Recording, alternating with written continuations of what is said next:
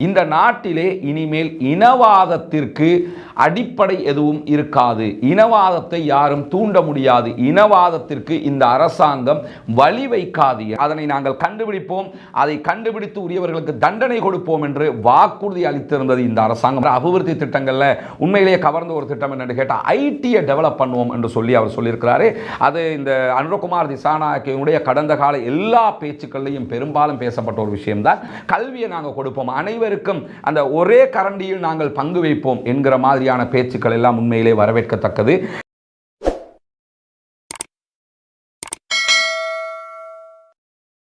அஸ்ஸலாமு அலைக்கும் வரஹ்மத்துல்லாஹி வபரகாத்துஹு. பேரன்பிற்கினிய சகோதர சகோதரிகளை நம் அனைவர் மீதும் ஏக இறைவனுடைய அமைதியும் கருணையும் உண்டாகட்டுமாக என்கிற உயரிய பிரார்த்தனைகளோடு இன்றைக்கு நமக்கெல்லாம் தெரியும், இலங்கை தாய் திருநாட்டினுடைய ஜனாதிபதி அனுரகுமார திசாநாயக்க அவர்கள் பாராளுமன்றம் முதல் தடவையாக கூடிய நிலையில் பாராளுமன்றத்தில் தன்னுடைய அக்கிராசன உரையை நிகழ்த்தி இருக்கிறார்.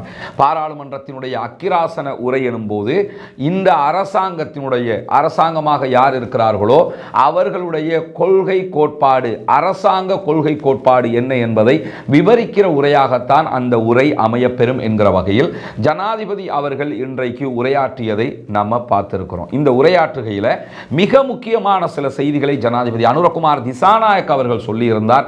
அந்த செய்திகள் தொடர்பாக பேசுவதுதான் இந்த உரையினுடைய நோக்கமாக இருக்கிறது. குறிப்பாக நமக்கெல்லாம் தெரியும், இந்த அரசாங்கம் பாரிய எதிர்பார்ப்புகளோடு மக்களால் கொண்டு வரப்பட்ட அரசாங்கம், 3/2 பெரும்பான்மையை தேர்தலிலேயே பெற்றுக்கொண்ட ஒரு அரசாங்கமாக இந்த அரசாங்கம் அமைந்திருக்கக்கூடிய நேரத்தில் தான் ஜனாதிபதியினுடைய இந்த உரை இன்றைக்கு மக்கள் மத்தியிலே பேசுபொருளாக மாறியிருக்கிறது. குறிப்பாக இதற்கு முன்பதாக ஜனாதிபதியாக செயல்பட்ட, அதாவது மக்களால் தேர்ந்தெடுக்கப்பட்ட ஜனாதிபதியாக வந்தவர் 2020 கோட்டாபே ராஜபக்ஷவினுடைய முதலாவது உரை, அவர் பதவியேற்ற நிகழ்வு அனுராதபுரத்திலே நடக்கும்போது அவர் பேசியது நமக்கெல்லாம் நினைவிருக்கலாம். என்ன அதில் பேசினார் என்று சொன்னால், பல விவகாரங்களை பேசுவதற்கு முன்பதாக முதன்மையாக அவர் பேசியது என்னன்னா, பெரும்பான்மை பௌத்த மக்களுடைய வாக்குகளால் தேர்வு செய்யப்பட்ட ஜனாதிபதி நான் என்று சொல்லி நாட்டை பிளவுபடுத்துகிற ஒரு பேச்சை தான் அவருடைய முதல் உரையிலேயே பேசியிருந்தார். அதற்கு பிறகு பாராளுமன்ற உரை இந்த அளவுக்கு பேசுபொருளாக மாறவில்லை. காரணம் என்னென்று சொன்னால், அவர் யாருங்கிறத அவர் உரையிலேயே அவர் காட்டிவிட்டார். அதற்கு பிறகு ஆட்சி அமைக்கப்பட்டிருக்கக்கூடிய இந்த நிலையில் அனுரகுமார் திசாநாயக்க அவர்களுடைய உரை மிக முக்கியமான ஒன்றாக பார்க்கப்படுகிறது. குறிப்பாக தன்னுடைய அரசாங்கத்தினுடைய கொள்கை கோட்பாடுகளை பற்றி விவரிக்கிற போது முதன்மையாக கிட்டத்தட்ட ஒரு 5 நிமிடங்களுக்குள்ளாக அவர் பேசிய ஒரு செய்தி என்னன்னு சொன்னால், இந்த நாட்டிலே இனிமேல் இனவாதத்திற்கு அடிப்படை எதுவும் இருக்காது. இனவாதத்தை யாரும் தூண்ட முடியாது. இனவாதத்திற்கு இந்த அரசாங்கம் வழி வைக்காது என்பதை திரும்ப திரும்ப பல வார்த்தைகளூடாக அவர் நாட்டு மக்களுக்கு தெளிவுபடுத்தியிருந்தார். தெளிவுபடுத்தியது மட்டுமல்லாமல், வெறுமனே இனவாதம் கிடையாது என்கிற ஒரு கோட்டோடு அவர் பயணிக்காம, இனவாதம் கிடையாதுன்னா எப்படி என்பதையும் இன்றைக்கு அவர் விவரமாகவே பேசியிருந்தார். அதான் நான் சொன்னேன், ஒரு 5 நிமிடங்களுக்கு மேலே அதுக்காகவே அவர் நேரத்தை ஒதுக்கி இருந்தார். குறிப்பாக அதில் கண்ட ஒரு விஷயம் என்னன்னு சொன்னால், அவர் என்ன பேசணுங்கிறதை எழுத்தில் கொண்டு வந்திருந்தார். இல்லாமல் இல்லை, எந்த ஜனாதிபதியும் தாங்கள் பேசுவதை எழுத்திலே வடித்து கொண்டு தான் வருவார்கள். ஆனால் அவர் அதை பார்த்து வாசிக்காம தன்னுடைய இயற்கையான பாணியிலேயே சொல்லியிருந்தார். அது பாராட்டத்தக்க ஒரு டேலண்ட்டும் கூட. ஏன்னா இத்தனை ஆண்டுகால ஜனாதிபதிகள் நான் பார்த்த விவகாரத்தில் என்னுடைய நினைவு பிரகாரம் எல்லாருமே பார்த்து வாசிச்சுட்டு போவாங்களே தவிர, பார்த்து வாசிச்சுட்டு சில விளக்கங்களை சொல்லுவாங்களே தவிர, இப்படி யாருமே பேசி இல்லை. உண்மையிலேயே அவர் கொண்டு வந்த செய்திகளை உள்வாங்கி விவரமாக வெளிப்படையாக பேசியிருந்தார். அதனால தான் சில இடங்கள் அவர் பேசும்போது வார்த்தை தடுமாற்றங்கள் ஏற்பட்டதையும் நம்ம அவதானிக்க முடிந்தது. பார்த்து வாசிக்கிறவருக்கு வார்த்தை தடுமாற்றம் ஏற்படாது என்பதையும் நாம் புரிந்து கொள்ள வேண்டும். இப்படியான நிலையில தான் இனவாதத்திற்கு இனிமேல் இந்த நாட்டிலே இடம் கிடையாது. இனவாதத்தை வைத்து யாரும் அரசியல் செய்ய முடியாது. ஆட்சியை பிடிப்பதற்காக இனவாதத்தை பயன்படுத்துவதற்கு எங்களுடைய இந்த அரசாங்கம் வழிவைக்காது என்கிற ஒரு வார்த்தையை அவர் மிக தெளிவாக பயன்படுத்தி இருந்தார். அதிலும் குறிப்பாக இன்றைக்கு அவருடைய பேச்சில் கவனிக்கப்பட்ட இன்னொரு விஷயம் என்னன்னு சொன்னால், பெரும்பாலான இடங்களில் 199% இடங்களில் எங்களுடைய அரசாங்கம் அல்லது எமது அரசாங்கம் என்கிற வார்த்தையை தான் அவர் பயன்படுத்தினாரே தவிர எனது அரசாங்கம் என்கிற ஒருமையான வார்த்தையை அவர் பயன்படுத்தவில்லை என்பதையும் இந்த இடத்தில் நாம் கவனிக்க தலைப்பட்டிருக்கிறோம். இந்த மாதிரியான நேரத்தில் அடுத்ததாக அவர் முன்வைத்த இன்னும் ஒரு முக்கியமான செய்திதான், சட்டம் அனைவருக்கும் சமனானது, சட்டத்திற்கு அனைவருமே கட்டுப்பட வேண்டும், சட்டத்தில் நானும் விதிவிலக்கற்றவன் என்கிற ஒரு செய்தியை அழுத்தமாக அவர் பதிவு செய்திருந்தார். என்னன்னா, நம்ம நாட்டில் நமக்கு தெரியும், கோட்டாபே ராஜபக்ஷ ஜனாதிபதியாக இருக்கும்போது இந்த சட்டத்தை எப்படி பயன்படுத்தினார். அதிகாரம்ங்கிறது ஒரு போதை மாதிரி, அந்த அதிகாரத்தை தாறுமாறாக அவர் பயன்படுத்தி இருந்தார். தனக்கு தேவையானவர்களுக்கு சலுகைகள் கொடுக்கப்பட்டது, சட்டத்திலேயே விதிவிலக்குகள் கொடுக்கப்பட்டது, நீதிமன்றத்தினால் குற்றவாளிகளாக ஆக்கப்பட்டவர்களை ஜனாதிபதி மன்னிப்பின் பேரில் மன்னிப்பு கொடுக்கப்பட்ட காட்சிகள் எல்லாம் கடந்த கால ஜனாதிபதிக்கு அதுக்குரிய அனுமதி இருக்கிறது. இருந்தாலும் சில குற்றவாளிகளுக்கு அவர் கொடுத்தது பாரிய விமர்சனங்களை உண்டாக்கி பிற்பட்ட நாட்களில் நீதிமன்றம் அந்த குற்றவாளிகளை மீண்டும் சிறையில் அடைத்த காட்சிகளும் நடந்தேறி இருக்கிறது இந்த நாட்டிலே என்பது நமக்கெல்லாம் தெரியும். அது மட்டுமல்லாமல் அவருடைய ஆட்சி காலத்தில் சட்டத்தை அனைவர் பல பேரும் கையில் எடுத்திருந்தார்கள். அவருடைய அமைச்சரவையில் இருந்தவர்கள், அவருடைய எம்பிக்கள், அவருடைய அடிவருடிகள், அவருடைய பின்புலத்தில் இருக்கக்கூடிய அத்தனை பேருமே எடுப்பார்கை பிள்ளையாக சட்டத்தை பயன்படுத்திய நிலையில தான் இன்றைக்கு ஜனாதிபதியினுடைய இந்த வார்த்தை ஒரு நம்பிக்கையான வார்த்தையாக இருக்கிறது. சட்டத்தில் அனைவரும் சமனானவர்கள், நானும் அதிலே விதிவிலக்கு பெற்றவன் கிடையாது என்கிற ஒரு செய்தியையும் இன்றைக்கு அவர் தன்னுடைய உரையிலே சொல்லியிருந்தார். அதுவும் வரவேற்கத்தக்க ஒரு பேச்சாக நம்ம இங்க பார்க்க முடியும். அதே மாதிரி அவர் பேசிய இன்னும் ஒரு செய்தி தான், அனைவருக்கும் சுதந்திரம் என்பது பொதுவானது, அவரவருடைய மதங்களை பின்பற்றுகிற சுதந்திரம் அவர்களுக்கு இருக்கிறது, மதங்களின் அடிப்படையில் யாரும் தனிமைப்படுத்தப்படக்கூடாது என்பதையும் அவர் சொல்லியிருந்தார். உண்மையிலே நமக்கெல்லாம் தெரியும், கடந்த காலங்களில் இந்த இனவாதத்தின் பெயரால், மதத்தின் பெயரால் இவர்கள் முஸ்லிம்கள், இவர்கள் ஹிந்துக்கள், இவர்கள் என்று சொல்லி அந்த இனத்தின் பேரால், மதத்தின் பேரால் தனிமைப்படுத்தப்பட்ட காட்சிகளை எல்லாம் பார்த்தோம். அதுக்கெல்லாம் ஒரு முற்றுப்புள்ளி வைக்கிற மாதிரி அவருடைய பேச்சு. உண்மையில் இந்த பேச்சை கவனிக்கும் போது இதுவெல்லாம் நடைமுறைக்கு வந்தால், இது இப்படியே நடக்குமாக இருந்தால் கண்டிப்பாக அது ஒரு மாற்றத்தை தரும். இந்த நாட்டிலே ஒரு தேசியத்தை உருவாக்குவதற்கு, சிறப்பான தேசியத்தை உருவாக்குவதற்கு பங்களித்தவராக அனுரகுமார திசாநாயக்க வரலாற்றில் பேசப்படுவார் என்பதிலே எந்த மாற்றமும் இல்லை. அதிலும் குறிப்பாக, நான் நாட்டினுடைய ஜனாதிபதி, எனக்கு நீங்கள் அத்தனை பேரும் வாக்களிக்கவில்லை, ஒரு சாரார் வாக்களித்தார்கள், ஒரு சாரார் எதிர்கட்சிக்கு மற்றவர்களுக்கு வாக்களித்தார்கள்.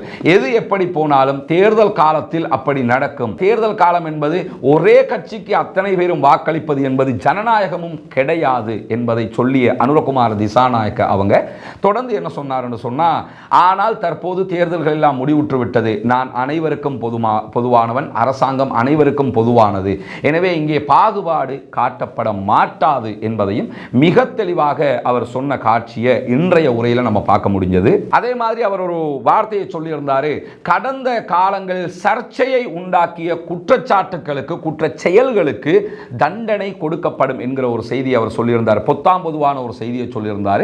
அதுக்குள்ள நான் நினைக்கிறேன் பல விவகாரங்கள் அடங்க வாய்ப்பு இருக்கிறது. குறிப்பாக நாடே எதிர்பார்க்கிற ஒரு விவகாரம் தான் ஈஸ்டர் குண்டு தாக்குதல். ஜஹரான் ஹஷீம் என்கிற பயங்கரவாத ஷைத்தானால் முன்னடத்தப்பட்ட பயங்கரவாத ஈஸ்டர் தாக்குதலுக்கு நீதி வேண்டும் என்று இங்க இருக்கக்கூடிய அத்தனை பேருமே கோரிக்கை விடுத்துக் கொண்டிருக்கிறோம். குறிப்பாக கிறிஸ்தவ சமூகம் கோரிக்கொண்டிருக்கிறது, இஸ்லாமியர்களாகிய நாமும் கோரிக்கொண்டிருக்கிறோம். இதற்கு நீதி வேண்டும். இதனுடைய பின்புலம் யார், அவனை இயக்கியது யார், அவனுக்கு பின்னணியாக இருந்த மகமொல கரு, அதாவது முக்கிய சூத்திரதாரி யார் என்பது கண்டறியப்பட வேண்டும் என்று அத்தனை பேரும் கோருகிற நேரத்தில் அதனை நாங்கள் கண்டுபிடிப்போம், அதை கண்டுபிடித்து உரியவர்களுக்கு தண்டனை கொடுப்போம் என்று வாக்குறுதி அளித்திருந்தது இந்த அரசாங்கம். அந்த அடிப்படையில் கடந்த காலங்களில் சர்ச்சையை உண்டாக்கிய குற்றச்செயல்களுக்கு நாங்கள் தண்டனை பெற்றுக் கொடுப்போம் என்கிற ஒரு செய்தியையும் ஜனாதிபதி அவங்க சொல்லி இருக்கிறாங்க.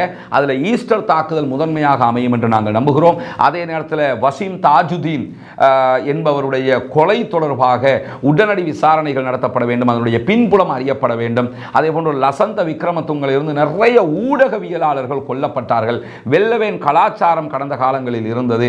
தனக்கு விரும்பாதவர்களை வெள்ளவேனில் வந்து தூக்கிக்கிட்டு போய் கொள்ளுகிற காட்சிகள் எல்லாம் கடந்த காலங்களில் நடந்தது. இதை செய்தவர்கள் யார், இதற்கு பின்புலமாக இருந்தவர்கள் யார், இந்த அதிகாரத்தை கொடுத்தவர்கள் யார், இந்த அதிகார துஷ்பிரயோகத்தை செய்தவர்கள் யாரெல்லாம் இருக்கிறார்களோ அவர்கள் அத்தனை பேரும் இந்த ஜனாதிபதியினுடைய வார்த்தைக்குள் உள்ள உள்ளடக்கப்படுவார்கள், பட வேண்டும் என்பதுதான் அத்தனை பேருடைய எதிர்பார்ப்பாகவும் இருக்கிறது. அதே மாதிரி அவர் பேசிய இன்னொரு வார்த்தை தான் பாராளுமன்றம் மக்களுக்கு நெருக்கமாக செயல்பட வேண்டும்.